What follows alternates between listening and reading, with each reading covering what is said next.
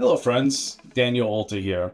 Really excited to share with you my experience with the Zirlux resins. I've had the opportunity to play around and really print different models, different things, and really excited to share with you. There's two colors that the Zirlux resins model material come in, and I find them to both be incredibly smooth, very aesthetic and very practical, but I use them both for two different reasons. And again, for your laboratory, it depends on kind of like what it is that you're trying to achieve, but I can tell you from my aspect, from my standpoint, there's the white and the gray, or the ivory, I should say.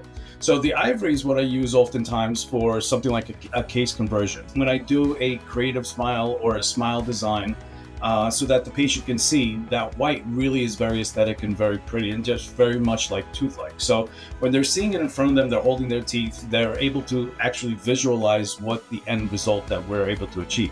The gray model is what we use in the laboratory because that really accentuates the line angles and the high points and so on and so forth. So it helps in the contouring of proper restoration, significantly aesthetic restoration that we're really mimicking the line angles and the contours and the texture and all throughout.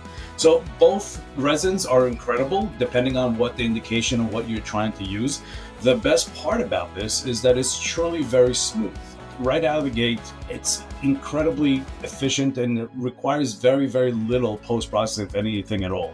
If you follow the IFUs and the protocols, you go from print to wash to final curing, and you get a result similar to this, where it's nice and clean and white, and you have a really good outcome. The second thing that I'm really impressed with is their ability for the splints. They have both, the Zirlux resins has both splints in soft as well as hard. And for different indications, you're able to utilize it depending on what the clinician and the patient ultimately want. But this is a great revenue source that laboratories haven't tapped into, and it's an opportunity for our 3D printers to really generate revenue for the laboratory. We're elevating the standard of care because there's significantly more patients now that require night guards, but we're able to create a revenue stream to protect both the dentition as well as the restorations from any paranormal or destructive forces.